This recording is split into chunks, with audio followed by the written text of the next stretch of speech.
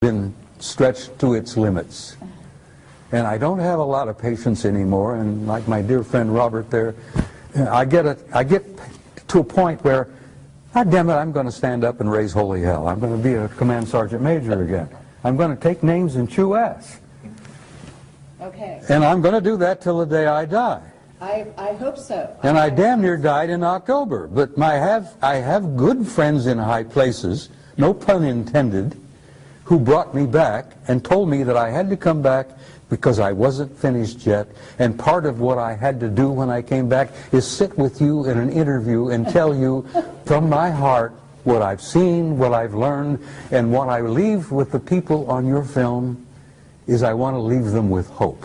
I understand. With all the darkness and all the blackness and all that bullshit that exists out there, there is hope.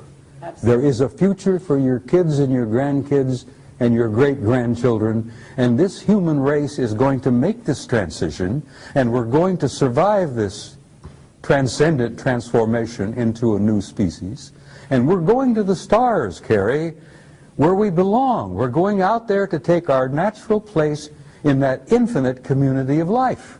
Absolutely. And that's the only thing that makes me feel that life is worthwhile. Because I know, having seen their future, and they have shown it to me, that it is glorious.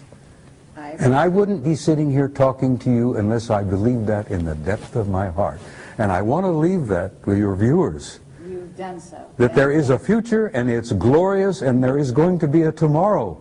And dispense with this bullshit about doomsday, because every time some poor human being on this planet dies, it's doomsday for him.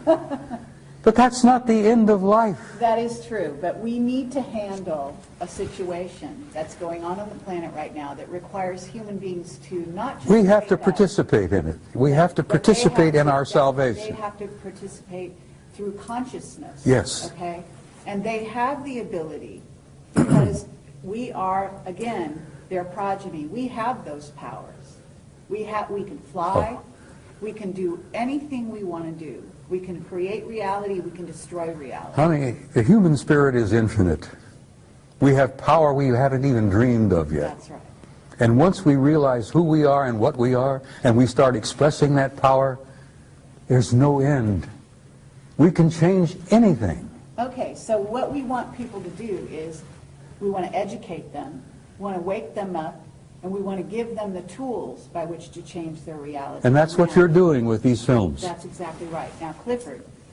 Well, I'll back up the Sergeant Major in that we got enough going on out there that's talking about, you know, UFOs are here, they're hostile, we're on the end of their food chain, they're going to take us over, there's nothing we can do about it, but we thought you should know. If that was my message, I'd say nothing. But like the Sergeant Major, I want my message to be a message of hope and for us to look and build towards a brighter future. And by us spiritually growing, we head in that direction. But it's going to take time. We're not going to go away. We're going to be here. We are going to achieve interstellar travel where we visit other star systems. But in order to do that, we must first grow spiritually. Right now, the situation is we're a world in quarantine. And do we have the technology to be out? Oh, we sure do. I can show you the NASA plans for setting up a permanent bases on the moon, on Mars. The technology is there right now. 2007, they planned to go back to Mars. Did they? Or did they not?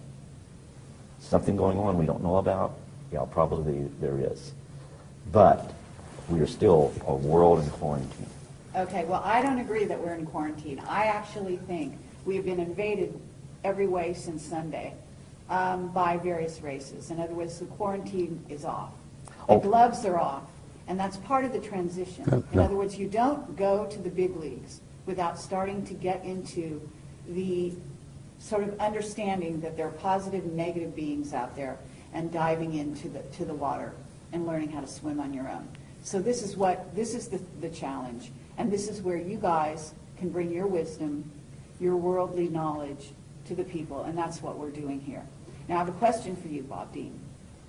You've always said that the Anunnaki walk the halls of the Pentagon. And I have been told to ask you this. What are they doing there? Well, which Anunnaki are you talking about? Good answer. Now, you understand when I use that term, I use it in a generic sense. Those who came down from above, those who from heaven to earth came. Whatever. Well, there are all kinds of Anunnaki out there. Okay, but the ones walking the halls of the Pentagon are the ones I'm interested in. Most of them are good guys. Uh-huh. And have you met them? I've met some of them face to face. I'm talking about in the Pentagon. Some of them wearing uniforms. Okay. Yes. Some of them looking with 3 stars on their collars. Fine. Admirals, vice admirals, Anunnaki. Right. So help me God. I believe you. Well, they're in our midst, and they're basically good guys.